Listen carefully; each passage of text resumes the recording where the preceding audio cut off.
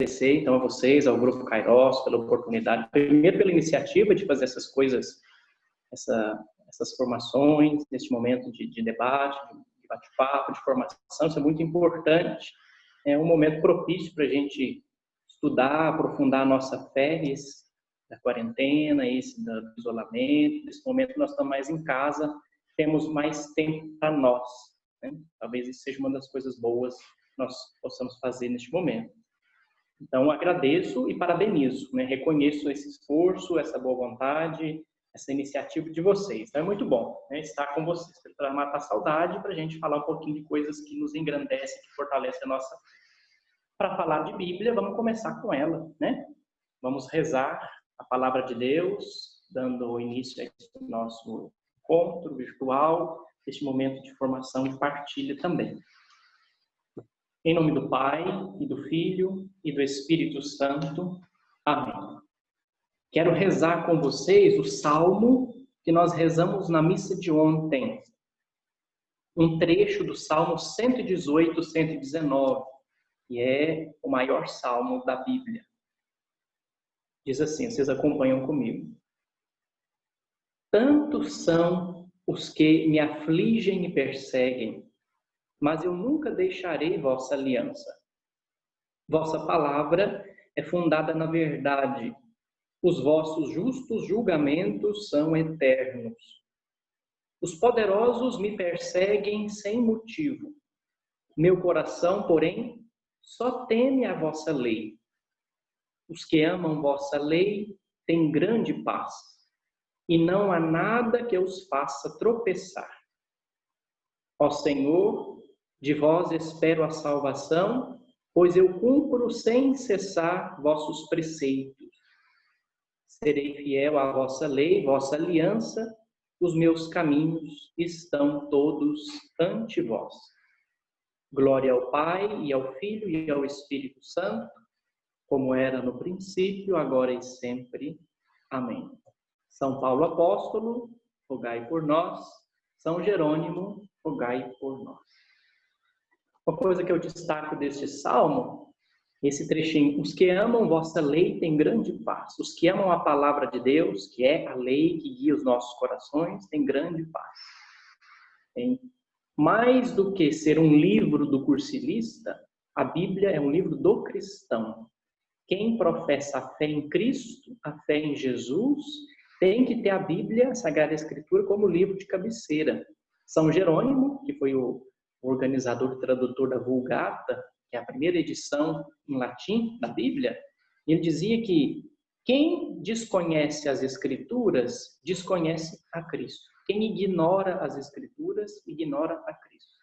Eu posso ter muitos discursos bonitos, emocionantes sobre Jesus, mas se isso não for fundado na Escritura, na Palavra de Deus, então eu posso estar falando de alguém de um jeito muito bonito, mas não tem nada a ver com a nossa fé naquilo que a Palavra de Deus diz sobre Jesus. Então é importantíssimo para nós cristãos e sobretudo cursilistas aprofundarmos a nossa fé a partir da Palavra de Deus. A Palavra de Deus é a alma da teologia. Tudo aquilo que nós vamos falar sobre Deus, discursos sobre Deus, teólogos, né, palavras sobre Deus, tudo aquilo que nós formos falar de Deus tem que tocar na Escritura, tem que partir, se inspirar na Escritura. Se não tiver nada da Escritura, então a palavra é nossa, não é a palavra de Deus. Então é importante esse tema, a gente tratar da Bíblia. Mas falar da Bíblia daria um curso de 1 ano, né? Daria temas para utreias para 10 anos. Então nós escolhemos algo pontual sobre a Sagrada Escritura, que é algo ligado ao seu aspecto histórico. Por que nós temos esses 73 livros da Bíblia e não outros? Por que a Bíblia do meu amigo, do meu tio, do meu primo, do meu colega protestante tem livros a menos? Por quê? Qual é a diferença? A Igreja Católica inventou livros, os protestantes esconderam livros, por que isso? Então é importante a gente saber, até para a gente ter uma noção e identificar: essa Bíblia é católica ou esta Bíblia é protestante? Uma é mais importante que a outra? Qual é a diferença, né? Então, para a gente compreender isso, a gente tem que entender o processo de formação dos livros da Bíblia, né? Por que são estes e não outros? E por que alguns ficaram de fora? Para a gente chegar nesse ponto, a gente tem que fazer um caminho primeiro para entender por que a Escritura é dita sagrada. Por que o livro é dito inspirado, divino? Por que é a palavra de Deus? Pego de novo um trecho da liturgia de ontem, acho que foi providencial. Na primeira leitura, a carta de São Paulo, a segunda carta de São Paulo a Timóteo, ele vai falar um pouco da Escritura, da Sagrada Escritura, e vai dizer assim, está lá no capítulo, segunda carta de Timóteo, capítulo 3, versículos 15 a 17. São Paulo diz assim, a Timóteo: desde a infância, Timóteo, tu conheces as Escrituras sagradas. Elas têm o poder de te comunicar a sabedoria que conduz à salvação pela fé em Cristo Jesus. Toda a Escritura é inspirada por Deus e útil para ensinar, para argumentar, para corrigir e para educar na justiça, a fim de que o homem de Deus seja perfeito e qualificado para toda boa obra. Aqui tem algumas coisas interessantes que nós podemos aprofundar, né? Ele diz que desde a infância a Escritura Sagrada ela é fonte de salvação. Por quê? Ela tem o poder de comunicar à pessoa que lê, reflete e aplica na sua vida a salvação pela fé em Jesus. Nós não temos fé no papel escrito, né? Tanto que a Bíblia não fica guardada no sacrário, não tem presença real no papel. Então, não é a matéria que nos salva, a matéria da Bíblia, mas é a palavra que está ali.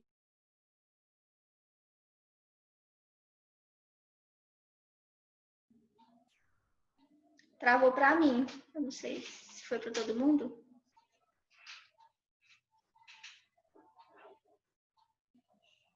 Na palavra se dá quando nós a escutamos, a lemos, a meditamos, a colocamos em prática na nossa vida. Mas aí depois São Paulo vai colocar duas coisas interessantes. Ela é, primeiro, inspirada por Deus e útil.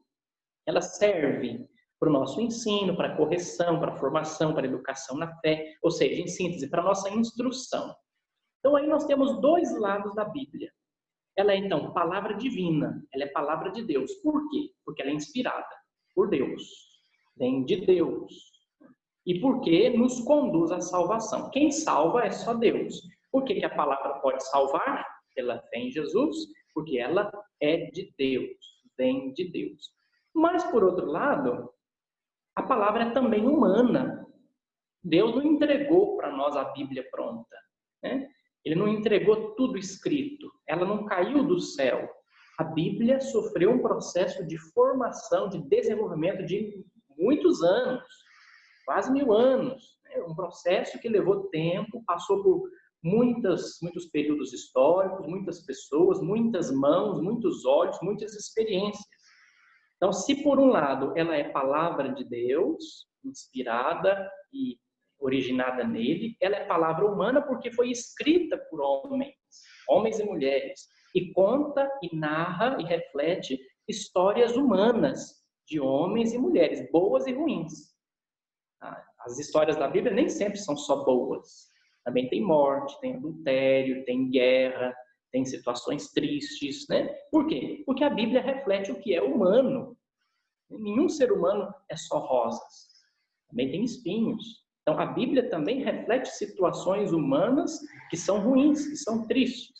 Mostra as experiências que o ser humano teve ao longo da sua história e com relação à sua fé, à religião. Então, a Escritura Sagrada também é palavra humana porque foi escrita por homens e mulheres e mostra a experiência humana de um povo com relação a Deus e um Deus que vai se revelando devagarzinho ao longo do tempo. E na medida em que, então, Deus vai se revelando e o ser humano vai conhecendo, isso vai sendo transmitido e colocado, né, por escrito nos livros sagrados. Então, veja, a Bíblia é palavra de Deus encarnada na palavra humana, é palavra de Deus revestida da palavra humana. Então, diante disso, dessa constatação e dessa certeza, Nós podemos perguntar, padre, mas como é que então, um livro que só tem histórias humanas, que foi feito por homens, pecadores, limitados, imperfeitos, como que um livro que fala tanto de histórias humanas pode ser divino?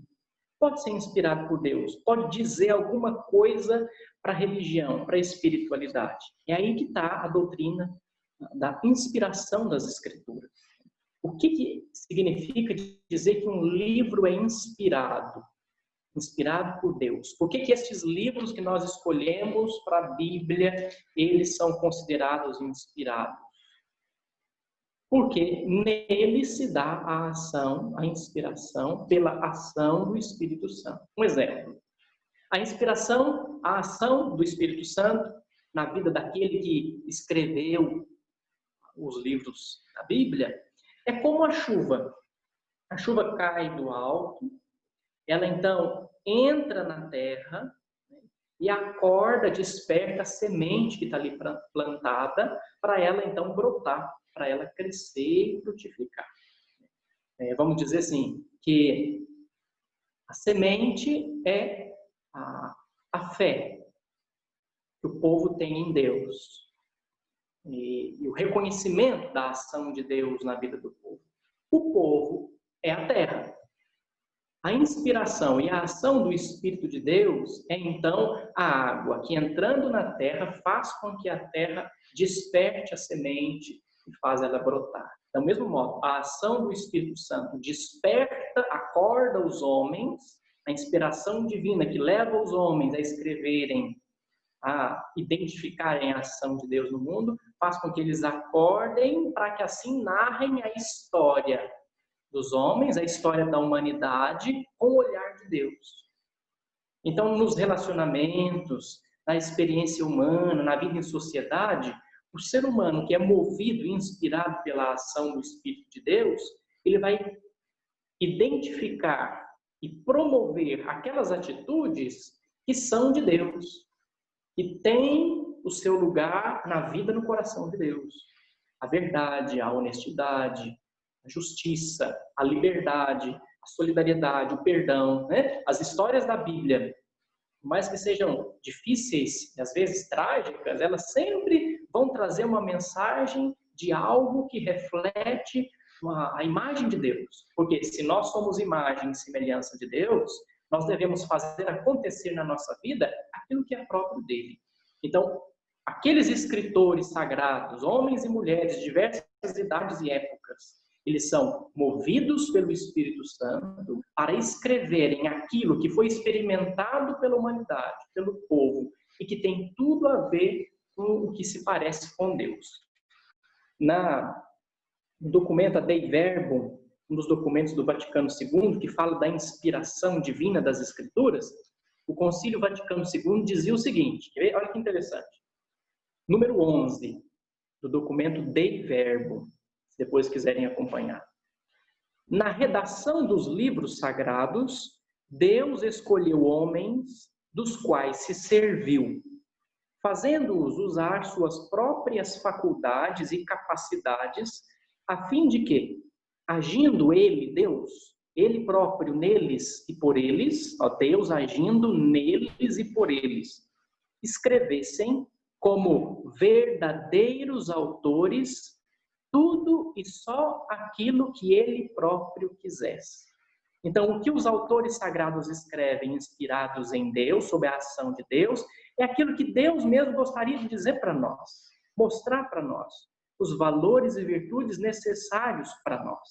Daí, então, que a gente compreende esse texto de São Paulo. A Escritura, portanto, ela é útil para ensinar, para corrigir, para educar, porque nela está e consta aquilo que Deus pretende dizer a nós.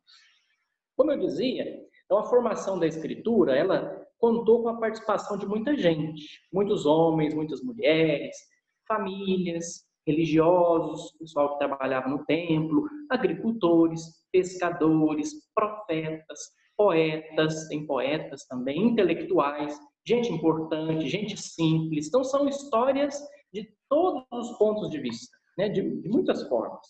Mas como é que se dá essa formação dos textos? Alguém era inspirado, de repente escrevia e publicava? Não. Primeiramente, a palavra, ela era experimentada, era vivida. O primeiro momento é experimentar Deus na vida do povo, nos relacionamentos, na vida de fé, na vida pessoal, na vida familiar. A palavra primeira, ela era vivida a partir dos valores e virtudes que eram anunciados e propostos a partir da experiência de Deus, né? Se trazia Deus para a vida, se colocava Deus na vida, no dia a dia, nas escolhas diárias e concretas do cotidiano, e ali então ia se percebendo uma ação e uma presença de Deus. Como a gente percebe na nossa vida? A partir do momento que, pela fé, nós começamos a agir diferente, nós vamos sentindo que através de nós, Deus vai se manifestando, se mostrando na vida das pessoas. Depois de ter vivido a palavra, então, essa palavra era contada de pais para filhos, né? O povo primeiro experimentou a saída do Egito. Depois, para não se esquecer, os pais sempre contavam. Olha, teve uma vez que os nossos avós, nossos bisavós foram libertados do Egito e atravessaram o Mar Vermelho. Então, se contava. Era tradição oral, nas rodas de conversa, na família. Então, a palavra vivida era contada. Depois de contada, essa palavra passou também a ser celebrada no culto, na memória, para fazer memória, né? Para conservar a memória da ação de Deus, para não se esquecer. Então, essa palavra era celebrada e anunciada nas reuniões. Olha, vocês lembram o que aconteceu conosco, isso e tal, como Deus fez o céu e a terra. Então, também era fonte de celebração. E aí, o Salmo 78, também é muito bonito, eu gostaria de ler com vocês, o versículo 3 a 8, ele mostra como que se deu essa formação, esse crescimento, desenvolvimento da palavra. Desse jeito, vivida, contada, celebrada, até chegar na escrita, que é o quarto passo. Veja como diz o Salmo. O que nós ouvimos, o que aprendemos, o que nossos pais nos contaram, não ocultaremos a nossos filhos, mas vamos contar à geração seguinte as glórias do Senhor, o seu poder e os prodígios que operou. Ele estabeleceu uma regra em Jacó, pôs uma lei em Israel, ordenou a nossos pais que a ensinassem a seus filhos, para que tomasse conhecimento a geração seguinte, a dos filhos que vão nascer, que por sua vez dirão a seus filhos, para porem em Deus sua confiança, não se esquecerem as obras de Deus, mas observarem seus preceitos, para não serem como seus pais, uma geração indócil e rebelde, cujo coração foi inconstante e cujo espírito foi infiel a Deus. Então veja, para manter a memória, para garantir a lembrança de que Deus age conosco, em nós, a nosso favor, essa palavra de vida foi sendo contada e celebrada. Mas para não se perder, para não se esquecer, né? Verba vola, como diz o ditado latino, as palavras voam e podem se perder, se misturar. Chegou o tempo de se escrever a palavra, para garantir a sua permanência, para que não se esquecesse da ação e dos sinais de Deus na vida daquele povo. Então, o quarto momento foi esse, de se escrever aquilo que já tinha sido vivido, aquilo que tinha sido contado, aquilo que tinha sido celebrado. Então, a palavra de Deus não é escrita e depois se vive, mas não, ela é fruto já de uma experiência. Isso serve tanto para o Antigo quanto para o Novo Testamento. Quando Jesus fazia os milagres, Jesus ensinava, não tinha nenhum jornalista, nenhum apóstolo, nenhum evangelista escrevendo o que ele estava fazendo. Os evangelhos surgem muito, 30, 40 anos depois da morte e da ressurreição de Jesus. Porque primeiro a palavra era vivida, era transmitida oralmente. Depois, quando se viu o risco de se perdê-la, então se teve essa necessidade de escrever o evangelho para ser transmitido também, né? E essa palavra, portanto, não foi escrita de uma só vez.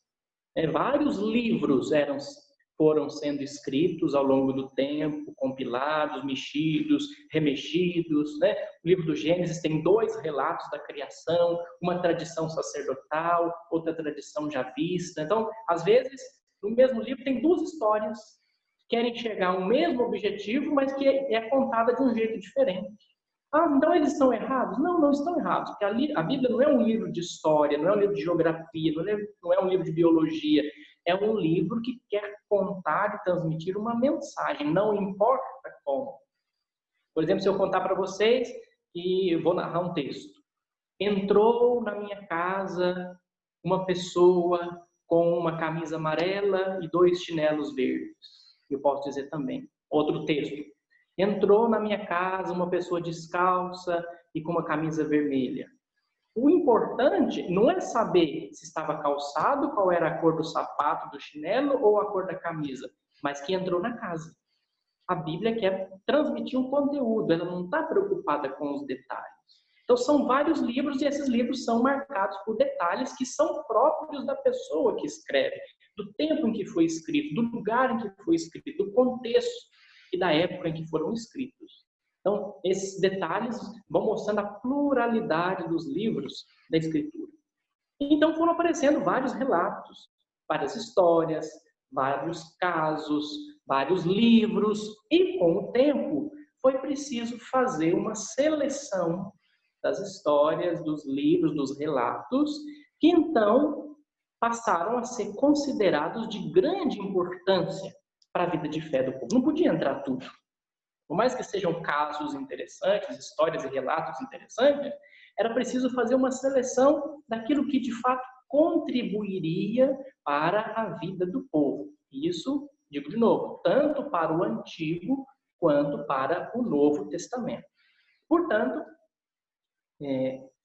foi necessário fazer uma lista para incluir os livros essenciais e mais importantes. Aí agora nós vamos escutar uma palavra em todo momento, eu quero que vocês guardem o que significa, que se chama cânon ou canônico. A palavra cânon é grega, significa lista. Lista, regra, norma. Quando a igreja canoniza uma pessoa, ela coloca essa pessoa na lista dos santos. Canonizar, canônico, significa, faz parte da regra, código de direito canônico, é a regra da igreja, é a norma. Então, foi preciso criar uma lista, um cânon, para se colocar quais livros deveriam reger a vida de fé daqueles que acreditariam, né, nesses textos, iriam ter as suas vidas orientadas por essa norma, por esta regra, por esta lista, por este cânon. Então veja, não apareceu só uma lista, foram aparecendo várias listas. Já antes de Cristo, no Antigo Testamento, não existia só uma lista oficial, mas várias. Antes de Cristo, já existiam 2. A mais antiga, isso eu falo dos livros só do Antigo Testamento. Vamos por partes. Vamos primeiro a parte do Antigo Testamento.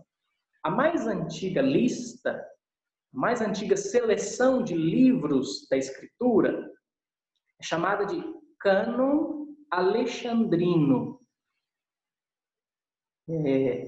A cidade de Alexandria, no Egito, você já deve ter ouvido falar, Farol de Alexandria, Biblioteca de Alexandria, era uma cidade muito famosa pela intelectualidade, né? Uma grande biblioteca, muitos estudiosos estavam lá no Egito, a biblioteca que se tinha lá. Então, naquele lugar,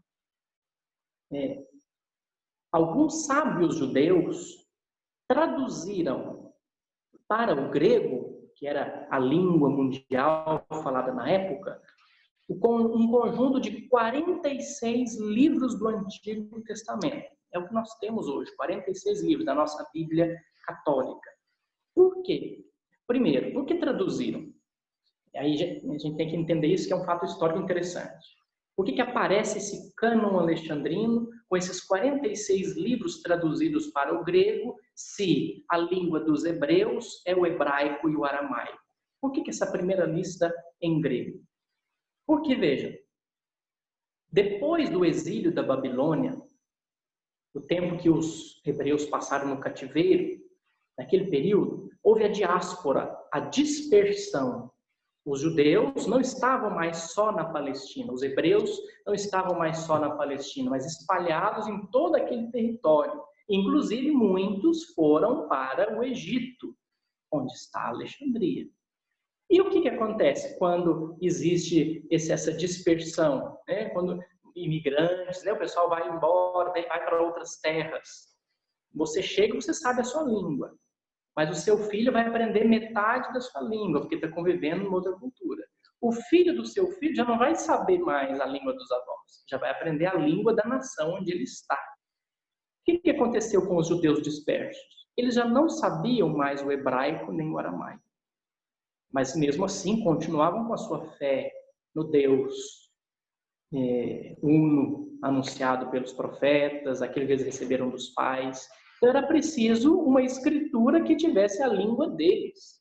Então estes sábios judeus lá de Alexandria, segundo a tradição eram 70, eles traduziram estes 46 livros do Antigo Testamento e então publicaram esse cânon alexandrino, a chamada Bíblia dos 70, porque 70 foram os tradutores, ou Septuaginta, que é 70, né? Então, traduziram para o grego para facilitar então, a compreensão dos judeus que estavam fora da Palestina e que falavam agora a língua oficial, que era o grego.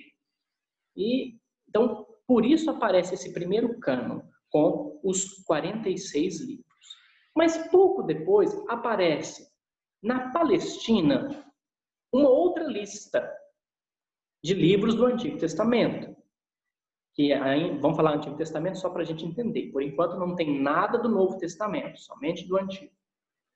Pouco tempo depois, na Palestina, aparece a lista, o cânon palestinense.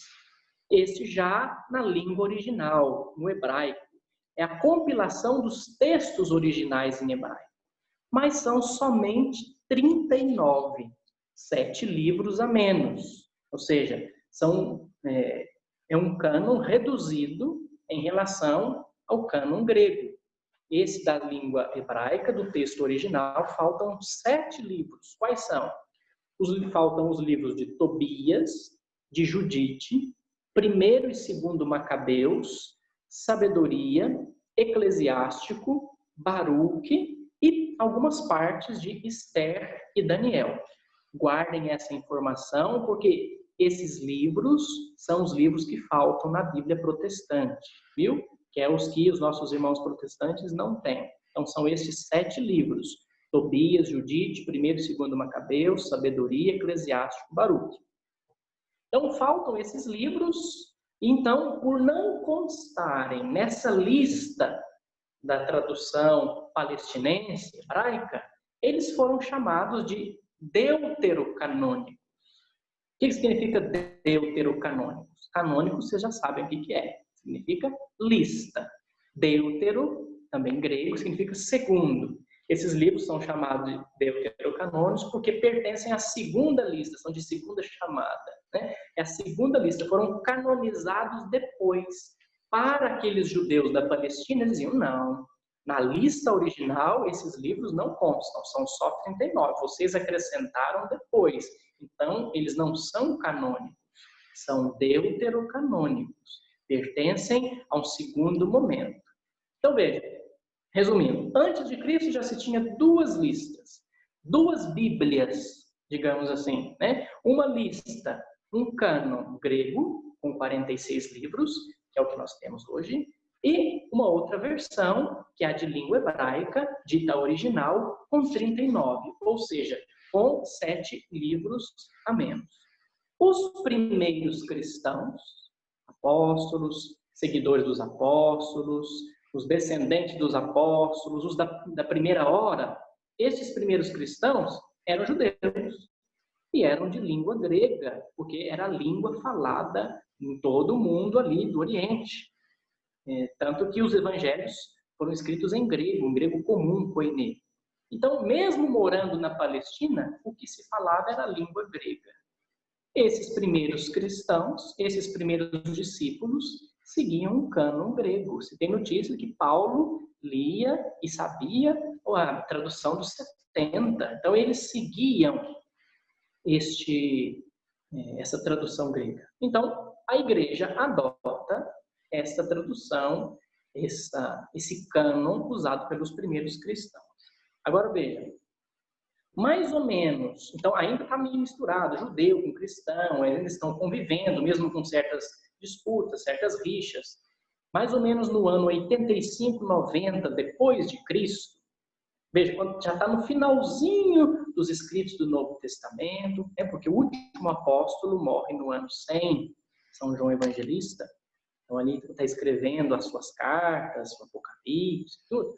No ano 85, 90, os rabinos judeus, eles se reuniram num sínodo chamado Sínodo de Jamnia. E lá, dentro dessas questões, e aí?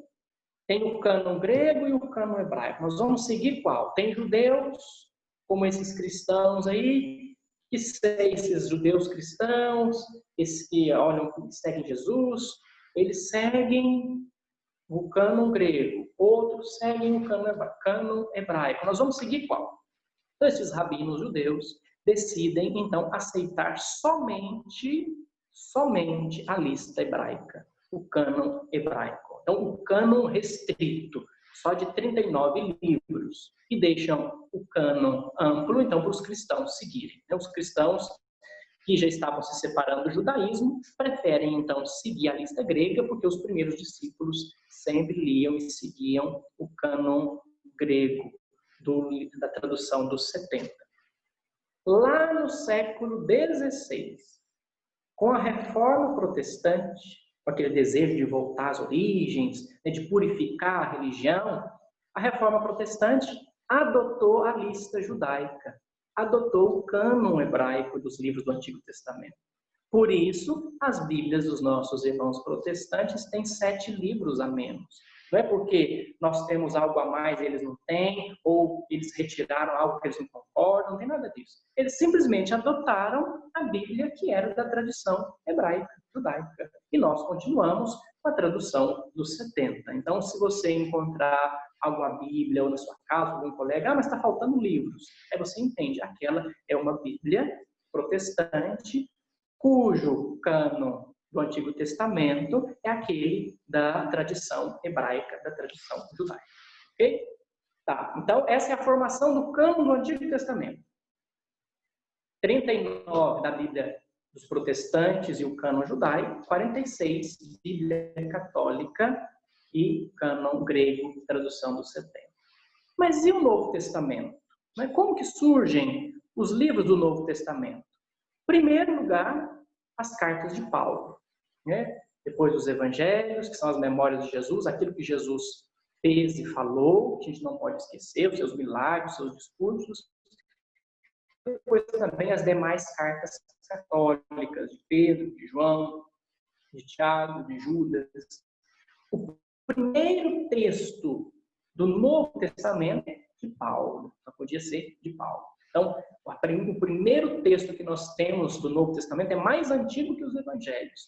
É a carta que São Paulo escreve, a primeira carta de São Paulo aos Tessalonicenses. Ele escreveu no ano 51 depois de Cristo. Veja, quase 20 anos depois, Tempos depois é que aparece o primeiro texto do Novo Testamento. Então, essas cartas de Paulo começavam a circular nas comunidades, e vendo aquele texto bonito, as comunidades pensavam, nossa, mas isso aqui serve para outro fulano, vou mandar para outra comunidade, para outra igreja. Então, esses textos começavam a circular e iam se tornando exatamente palavra de Deus. Ou seja, isso aqui é algo tão bonito, tão importante, que pode ajudar a nossa comunidade a crescer, pode ajudar a gente a superar problemas, pode ajudar a gente a aprender a amar. Depois os evangelhos, a mesma coisa, para manter a memória viva de Jesus e as cartas dos outros autores. Como eu dizia, o último apóstolo morre mais ou menos no ano 100 depois de Cristo, finalzinho do primeiro século. Ainda é período apostólico, até o ano 100.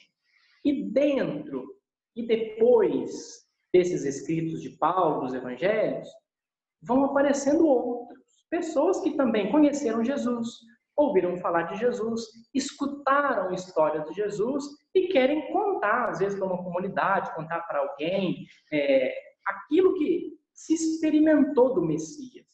Lembra que eu contava, dizia que a palavra primeiro é vivida, contada, celebrada, para depois ser escrita, né? Existe uma tradição oral primeiro? Pois é. Então começam a aparecer textos que falam de Jesus, de certas coisas que não tem no Evangelho. Talvez por uma curiosidade, talvez um detalhe, talvez alguma coisa interessante que era preciso contar para alguém.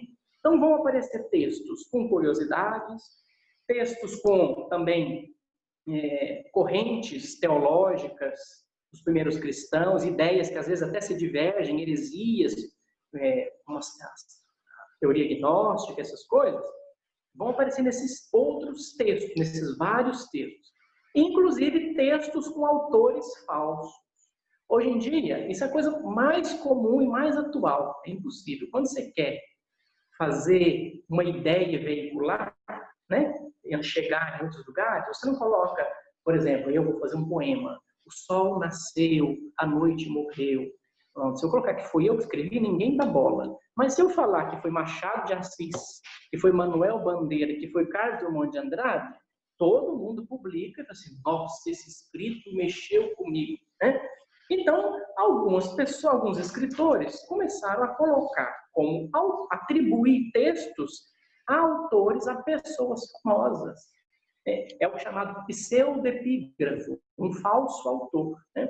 A gente já recebeu um monte de vezes no celular. Papa disse que Adão e Eva não existiu, que o inferno não sei o que lá. Papa nunca falou isso, né? Mas coloca na boca do Papa porque sabe que aí então eu vou escutar. Veja a homilia que o Papa disse ontem. Ele nunca fala qual homilia e quando, só falou que foi ontem, né? Aí eu mesmo escrevo uma homilia e falo que foi o Papa. Então isso acontece até hoje. Na época acontecia também. Eu quero falar alguma coisa de Jesus e quero que as pessoas escutem. Então vou colocar que é o Evangelho de Pedro.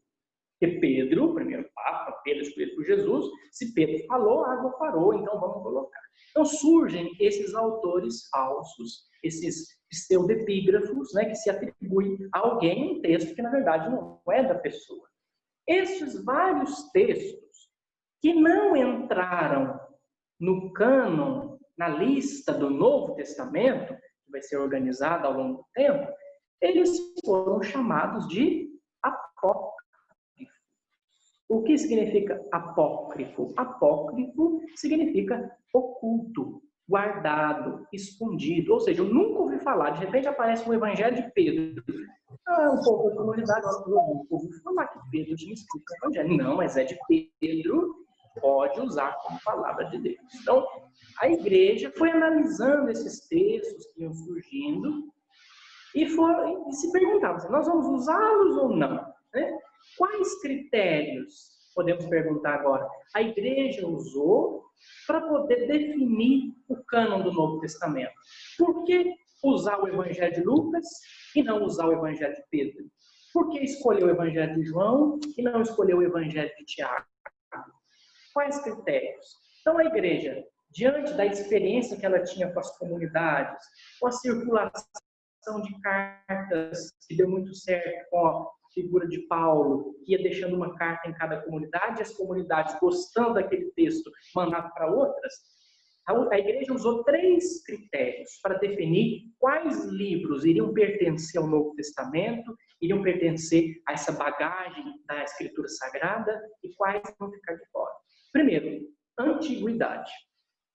Deveriam ser textos antigos. O que eu digo antigos? Textos que foram escritos no período apostólico. Não pode ser um texto do século III, porque então não é de nenhum apóstolo, não é de ninguém que conheceu Jesus. O texto tem que ser de alguém que conheceu Jesus, que tem uma experiência direta com ele, né? Então, textos antigos. Segundo, um texto que tenha tido uma circulação nas comunidades, ou seja, um texto que foi lido aqui, foi lido na outra comunidade, o pessoal gostou, mandou para outra, um texto que tenha sido popular, né? Que tenha então entrado na casa, no coração de muita gente. Então, aquele texto ia sendo assimilado e então sendo considerado faz parte, né, um próprio integrante da tradição da fé da comunidade cristã. Então, antiguidade, circulação do texto e terceiro, uso na liturgia e na catequese. Aquele texto poderia e deveria ser usado nas celebrações da liturgia e também na formação, na catequese dos cristãos. O texto poderia ser antigo, poderia ter sido escrito no ano 60, mas se não pudesse ser usado na liturgia e na catequese, se não tivesse nada de liturgia e catequese, e existisse somente uma comunidade, não, esse texto então não é canônico. Esse texto é ótimo, ele é lindo, ele tem muitas teorias bonitas, muita teologia, mas ele foi escrito no século III. E só 2 comunidades conhecem. Então, esse não serve. Esse texto é muito usado na liturgia, na catequese. Nós temos um texto. A carta de São Clemente Romano aos Coríntios. É o 4º Papa, o 4º sucessor de Pedro. Por muito tempo esse texto foi considerado parte da Escritura, mas depois foi retirado. Por quê? Porque ele tinha era uma formação muito bonita, tinha várias doutrinas bonitas, mas não era tão antigo, né? E não era tão circulado entre as comunidades. Então, a igreja estabeleceu critérios para então separar aquilo que seria então considerado inspirado como palavra de Deus, como orientação para a vida dos cristãos, e aquilo que então seria só história ou curiosidade. Podia ser até bonito, podia ser interessante, mas se não entrasse nesses critérios, não iria fazer parte do cânon, né? Então, os apócrifos não entraram nessa lista do Novo Testamento, não entraram nesse cânon da Sagrada Escritura. Não foram considerados inspirados. O que quer dizer isso? Não foram considerados úteis para a fé. Inspirados são aqueles que a igreja considera. Não, isso aqui é muito importante, é muito útil. Pode até ser bonito aquele texto, mas não vai mudar nada, né, a nossa fé, então pode ficar de fora. Nem por isso quer dizer que são falsos, né? Podem trazer até coisas interessantes, curiosidades, pode mostrar as crenças populares do judaísmo na época de Jesus. É através dos livros apócrifos que nós conhecemos e que trazemos para a nossa tradição, que os avós de Jesus se chamam Joaquim e Ana. Os evangelhos não falam, não tem nada do Novo Testamento que diz que os pais de Nossa Senhora se chamavam Joaquim e Ana. São os apócrifos que dizem. Mas é uma curiosidade. Sobre a virgindade de Maria, não fala nada no Novo Testamento, mas alguns textos apócrifos falam da virgindade de Maria, né? Ou seja, eles não são inspirados, não são considerados palavra de Deus, mas são úteis para reconstruir o contexto religioso da época, a expansão do cristianismo, contato com as culturas, e até para preencher algumas lacunas. Todo mundo, gente, o que Jesus fez na infância? Dos seus 12 aos 30 anos, Jesus fez o quê? Tem textos apócrifos que falam tudo que Jesus fez, onde ele trabalhou, com quem ele conviveu, né? Tudo que ele fez. Então, são coisas para preencher também a curiosidade. Então, quem quiser, né, conhecer, buscar, ler os apócrifos, tem uma coleção pequenininha que vocês podem adquirir, é pequenininha. São 3 volumes só de apócrifos. Chama Apócrifos da Bíblia. Tem alguns apócrifos do Antigo Testamento e todos do Novo Testamento. Então, vale a pena, só por curiosidade. São textos interessantes que a gente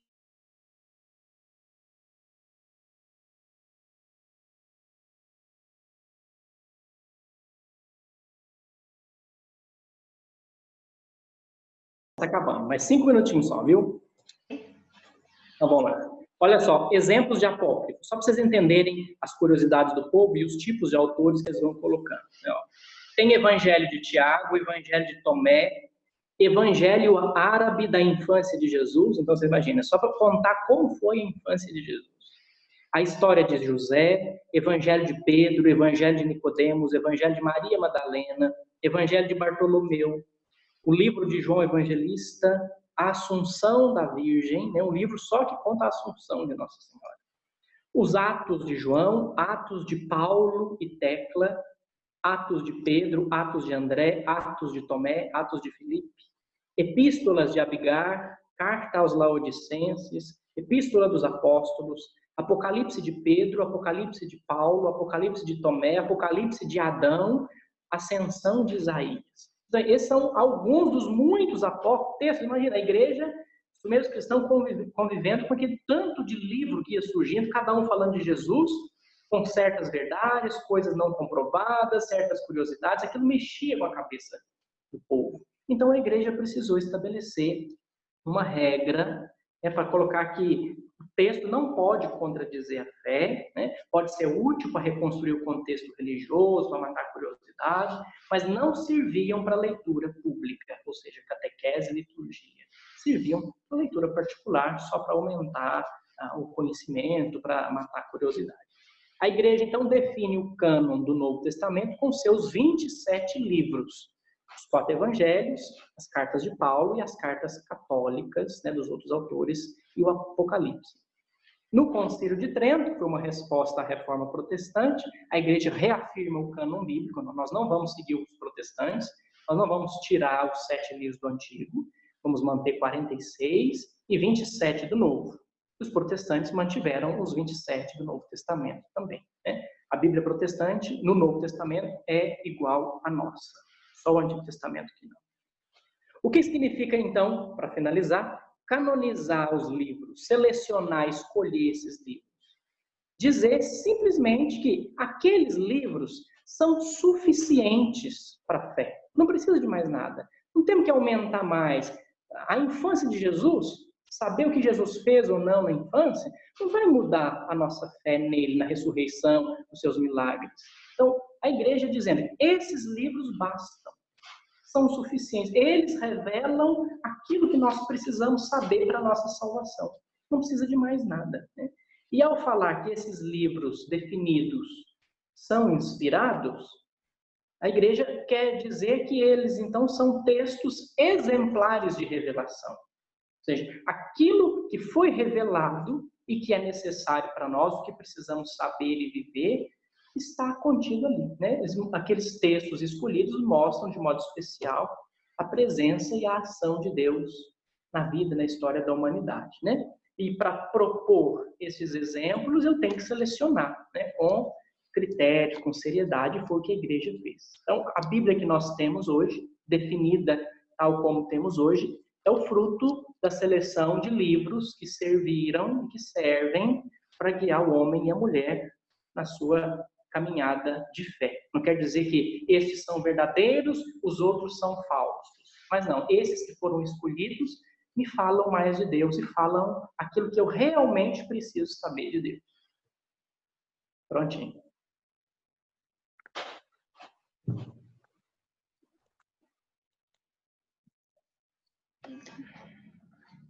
Excelente. Respondeu as dúvidas certinho. Só para confirmar, eu não sei se o senhor falou, então, os apócrifos, a gente pode falar que não foram inspirados por Deus? Todos? Não foram inspirados.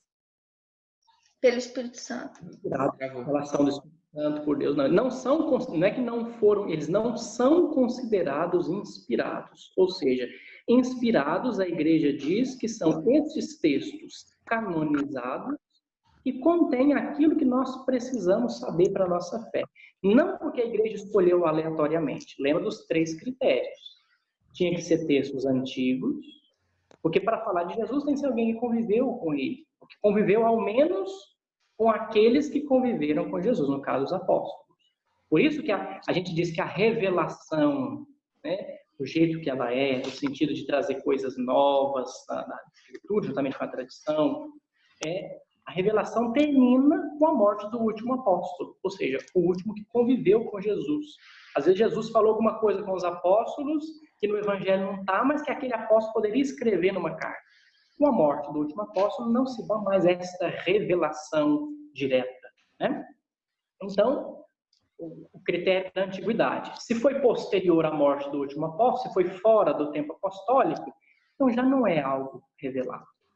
Depois a questão da circulação do texto e do uso na igreja. Se não era um texto muito usado, poucas pessoas conheciam, era um texto oculto, por isso apócrifo.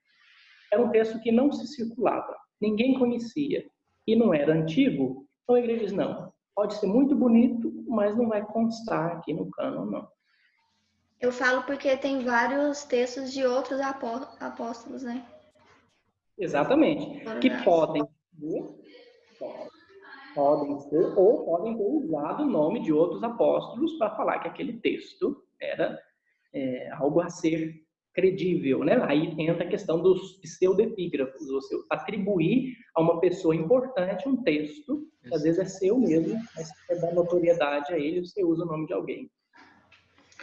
Agora a gente vai para as perguntas, padre. A primeira pergunta é a da Bianca. Tinha que ser, né, gente? Não podia faltar. Vamos lá.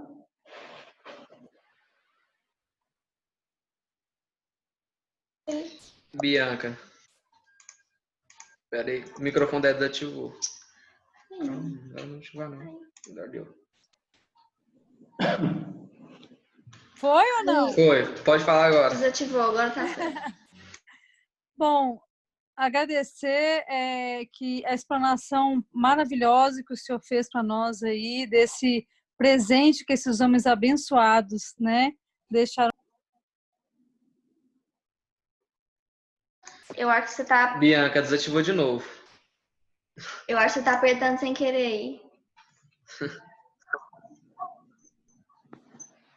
Espera aí.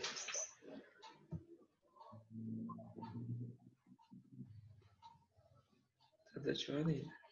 Você não consegue ativar aí, não? Ativar. Pronto. Vai de novo. Aí, Aí. agora sim. Agora sim. Então, tá bom. Pode continuar. Bom, e aí, dentro dessa reflexão toda sobre os textos apócrifos, eu gostaria de fazer um questionamento, Eltinho. Bom, Timóteo diz para a gente o seguinte: toda escritura é inspirada por Deus e útil para o ensino, para a repreensão, para a correção e para a instrução da justiça, para que o homem de Deus, então, seja apto e plenamente preparado para toda a sua obra. E aí, assim, embora nós não possamos usar de forma oficial, né, os textos apócrifos, eu gostaria de saber se, ainda assim, esses textos podem ser utilizados pelos cristãos como guias de conduta, né? Assim como os textos bíblicos, de forma geral, a gente utiliza, tá? É isso.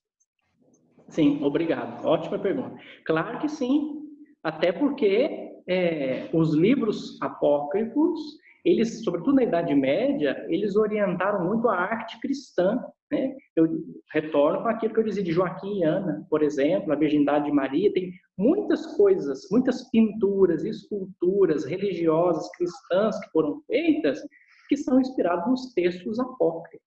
Agora, a gente tem que ver no texto apócrifo algo que então alimenta a nossa espiritualidade, a nossa devoção, a nossa piedade, desde que não contradiza a norma da fé, né? A doutrina da fé.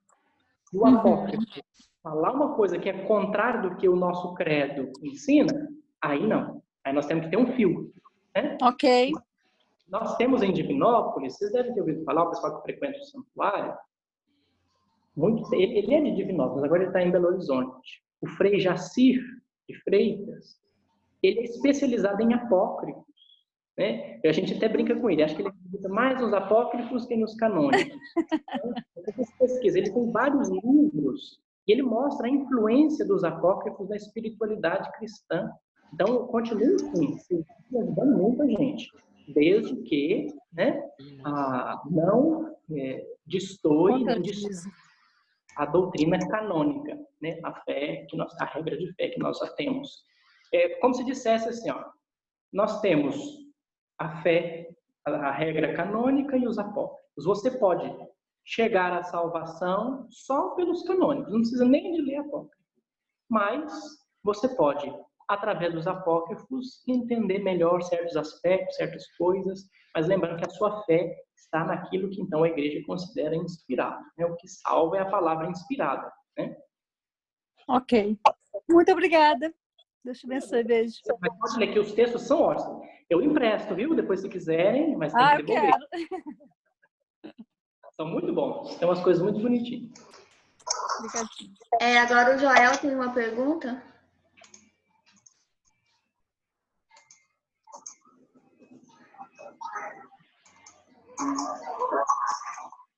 É verdade.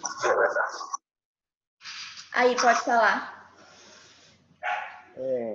Em primeiro lugar, né, Padre, eu queria parabenizar, né, essa formação que o senhor está fazendo.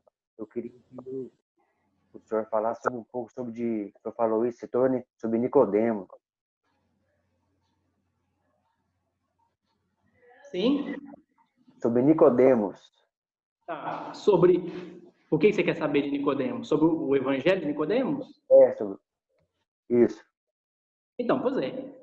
O que nós sabemos de Nicodemos? Era um inédito que procurou Jesus à noite, tinha medo da retaliação, né, por parte dos judeus, então procurou Jesus à noite, e no Evangelho de João que mostra esse diálogo de Jesus com Nicodemos. Mostra sobre quem não nascer de novo, essa questão do batismo, de tudo. E é a única coisa que nós sabemos dele, além de Nicodemos participar lá da descida da cruz de Jesus. Não sei, e aí cabe a gente estudar e procurar, se Nicodemos escreveu alguma coisa. Isso nós não sabemos. O que nós temos nos apócrifos é um livro, né, que tem uma autoria atribuída a ele. É o que eu digo, pode ser alguém que, se passando por Nicodemos, tenha escrito alguma coisa e ali tem algum ensinamento, alguma experiência dele com Jesus, ou até o aprofundamento desse discurso que ele teve com Jesus, ou alguém que se chamava Nicodemos e que escreveu algum texto que as pessoas, vendo o nome parecido, colocaram também como sendo dele. Então aí daria um outro estudo, né? O que eu sei do Nicodemos, personagem canônico, é somente esse, do diálogo que Jesus teve com ele. No mais, nem os Atos de Nicodemos eu não cheguei a ler, eu não conheço também. Não. Obrigado, Padre. Mas certamente... Não, só isso mesmo. Muito obrigado. Eu que agradeço. Mais alguém, gente? Fique com vergonha, não. Se não quiser abrir o Bruno. Ai, peraí. Aí, pode falar. Padre Elton, a Érica nos brindou com um livro que é intitulado Evangelho Secreto da Virgem Maria, de Santiago Martim. Sim. Ele é considerado um apócrifo ou não? Ele é um livro apenas histórico? Porque ele vem falando que foi uma monja que descobriu um manuscrito durante uma viagem no século IV, e aí ela juntamente com outro monge, traduziu, e aí foi traduzido e considera-se os relatos, né, os relatos vivenciais de Nossa Senhora a João, o discípulo amado, que convivera com ela né, depois da morte e ressurreição de Cristo. Ele é considerado, então, um apócrifo ou apenas um livro histórico, um manuscrito? Bom, assim, eu não conheço essa obra, mas talvez se eu ver, entrar em contato com algum trecho, a gente pode fazer a comparação. Porque se está com o nome de um autor, como é que chama? É Evangelho Secreto da Virgem Maria de Santiago Martim. Santiago, publicado... Santiago Martim, sacerdote católico. Pois às vezes esse padre, ele só compilou o texto e fez algum comentário, né? Ou seja, ele escrevendo, né, reescrevendo uma história de Maria, alguma coisa assim. Aí eu tenho que ver para saber, porque eu estou até olhando no índice, os dois evangelhos que se tem aqui, que é atribuído aqui, que fala da Virgem Maria, são dois. Existe um que é o proto-evangelho de Tiago, também é chamado de Natividade de Maria, né? O nascimento de Nossa Senhora, como foi? Até aquilo que eu dizia para a Bianca, esse texto da Natividade de Maria foi o responsável pelos mosaicos lá da Basílica de Santa Maria Maior, em Roma. Foi todo inspirado aqui, num texto apócrifo, não foi na Bíblia. Como Maria nasceu, né? Joaquim e Ana, como se deu, tudo. Então, inspirado nesse evangelho. Agora, existe um outro que chama Trechos do Evangelho de Maria, pode ser que esse padre Santiago Martim tenha comentado ou compilado estes trechos do Evangelho de Maria. Isso é bem possível. Mas aí eu tenho que entrar em contato com as duas obras para ver se batem nos textos para dizer, então, que são. Depois, se quiser me mandar, eu olho aqui no livro e já te falo. O maior prazer. Ele é até de uma editora, a editora e a publicação que publicou ele é a Mercúrio Novo Tempo. Inclusive, Sim. ela publicou Apócrifos 1, 2 e 3, os proscritos da Bíblia. Uhum. Apócrifos 4, os proscritos da Bíblia, Maria Helena de Oliveira e Júlia. E os manuscritos do Mar Morto. Ah, tá. Foram essas outras 3 obras deles. Por isso que eu Manda perguntei. o início desse Evangelho de Maria, que aí eu entro em contato aqui e vejo e te falo. Te mando sim. Obrigado. Eu que agradeço. Raíssa, pode falar também. Peraí, deixa eu ativar. Sim. Peraí, Raíssa, peraí. Pronto. Pode falar. Tá aqui, ativado. Boa tarde para todo mundo. Boa tarde, Padre Elton. Boa tarde. Então, assim, na verdade, nós até já conversamos muito, né, sobre apócrifos e tudo mais. Mas sei que não são textos bíblicos, né, que não podemos considerar, mas até onde que eu posso tomar como verdade um evangelho apócrifo? As fontes que eu posso pesquisar são geralmente esses que você mostrou para nós, ou tem algum outro lugar que realmente possa ser algo mais confiável de um evangelho apócrifo? Tudo que está escrito lá realmente é algo que aconteceu, tomar como verdade mesmo? Aí tem uma diferença, assim, o que a gente está chamando de verdade? Quer ser uma verdade teológica, verdade histórica, verdade cultural, né? Porque são uma coisa que os livros apócrifos não são, é uma verdade histórica. Por exemplo, o que está lá é uma descrição jornalística do que aconteceu. Não, nem os evangelhos são, nem os livros canônicos são verdades históricas, né? São baseadas em fatos reais, né? Mas é uma outra verdade, é uma verdade teológica. Os livros apócrifos, eles contêm, então, crenças, curiosidades, pontos de vista, experiências que remetem a uma experiência histórica.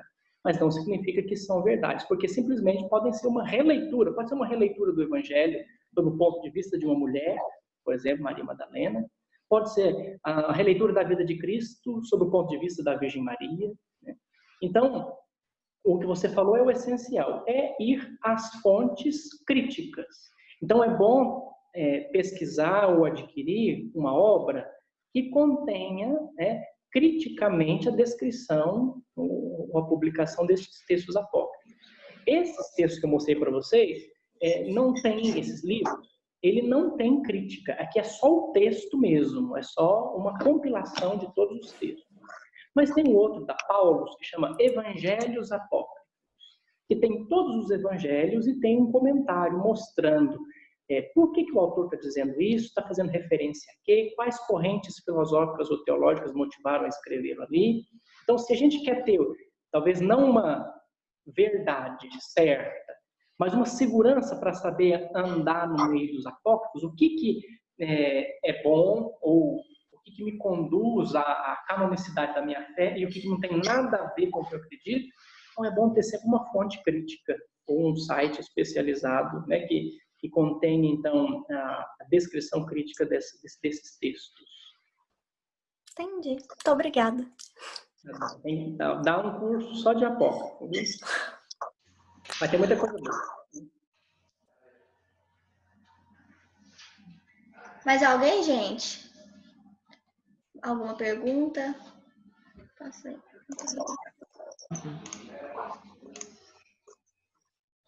Não? Então é isso, gente. O Padre Marcelo levantou a mão lá. Oi? Marcelo? Tem uma dúvida não, Padre Marcelo? Padre Marcelo, o Bruno falou que você tem uma dúvida. O Padre Marcelo levantou a mão aí, ó. Levantou para fazer assim, ele não quer ser exposto, não. Olha, Marcelo, se eu falei alguma heresia, você me fala, hein? Ah, Marlene tem dúvida? Sim. Peraí, eu vou ativar. Peraí, só um minutinho.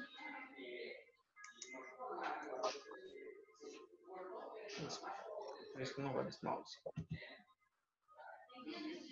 Ativa aí, Marlene. O mouse deu PT. Você consegue ativar aí?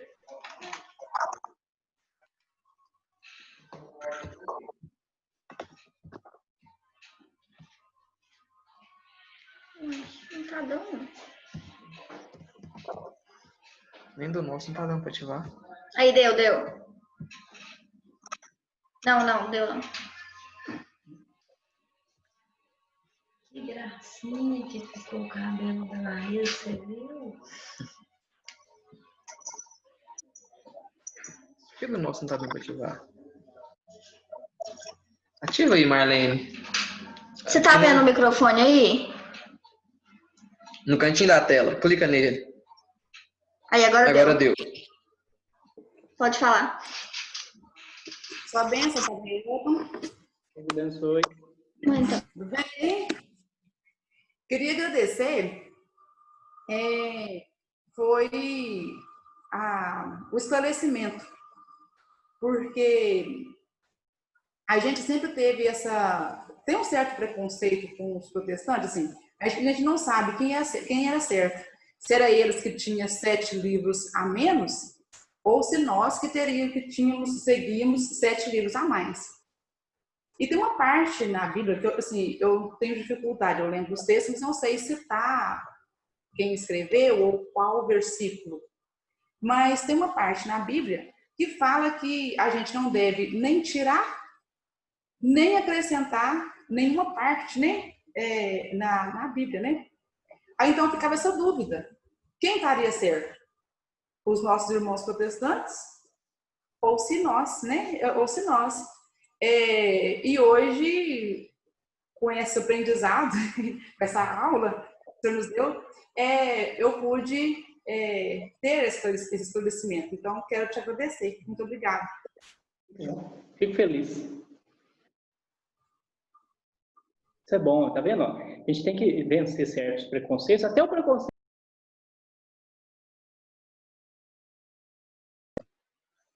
Prontinho?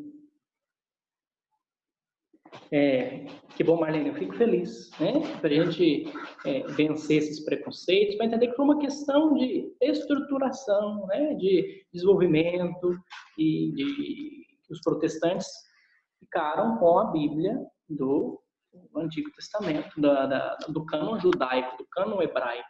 Né? Não significa que eles são menos que nós, ou que nós somos melhores ou piores que eles. Né? A gente tem que vencer, conhecer, por isso que é bom essas formações que nos ajudam a entender o porquê. A mesma coisa o preconceito que muita gente tem com os apócrifos. Né? Fala que apócrifo, então, é uma coisa nossa, escondido, é proibido, é falso, é fake news. Uma amiga minha falava que os apócrifos são as fofocas da igreja, né, do início do cristianismo. Então, ela até falava uma vez comigo assim, se os padres começassem a falar dos apócrifos nas homilias, as missas iam ficar bem mais interessantes. Né? Então, os apócrifos não são só fofocas da igreja. Os apócrifos também são um modo de leitura do contexto da época. Só que a igreja, dentro daqueles 3 critérios, canonizou os outros dizendo, não, esses aqui bastam, são suficientes para a gente conhecer a Deus. O resto pode colorir, pode emoldurar o quadro, mas o mais importante nós já temos, que são então estes 73 livros. Mas teve bom. Teve ótimo, muito bom, né? O estudo é maravilhoso, porque a gente sabe a verdade. Porque tem muita coisa que vai, né? Vai sendo fofoca mesmo. Mais alguma pergunta?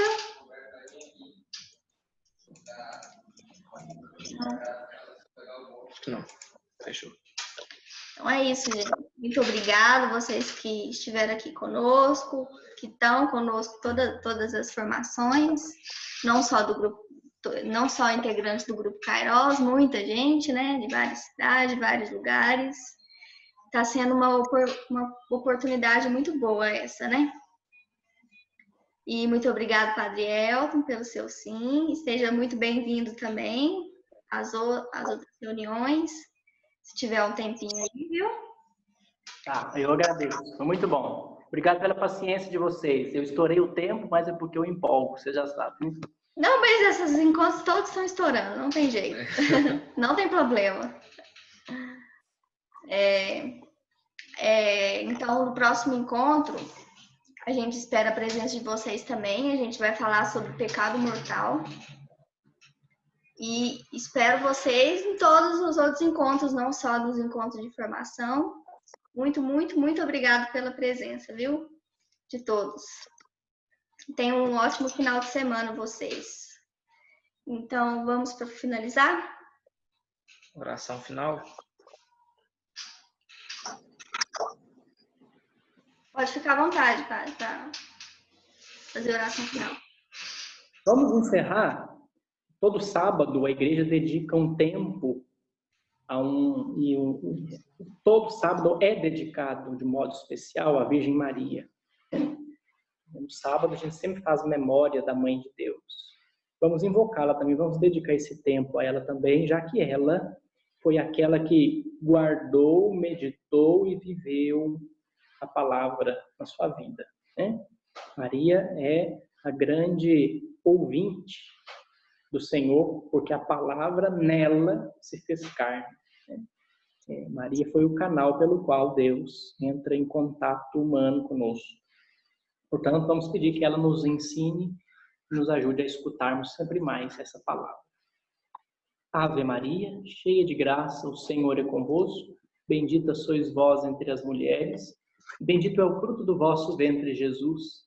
Santa Maria, Mãe de Deus, rogai por nós, pecadores, agora e na hora de nossa morte. Amém. Por intercessão da Virgem Maria, Rainha dos Apóstolos, Mãe da Igreja, desça sobre todos nós, sobre todo o movimento de Cursílios, sobre o grupo Kairós, sobre todas as pessoas que aqui participaram, a bênção do Deus Todo-Poderoso, Pai, Filho e Espírito Santo. Amém. Obrigado a vocês e até breve, pessoalmente, se Deus quiser. Se Deus quiser. Se Deus quiser, aguardamos ansiosos, né? Esse reencontro. Beijo para todo mundo. Fiquem com Deus.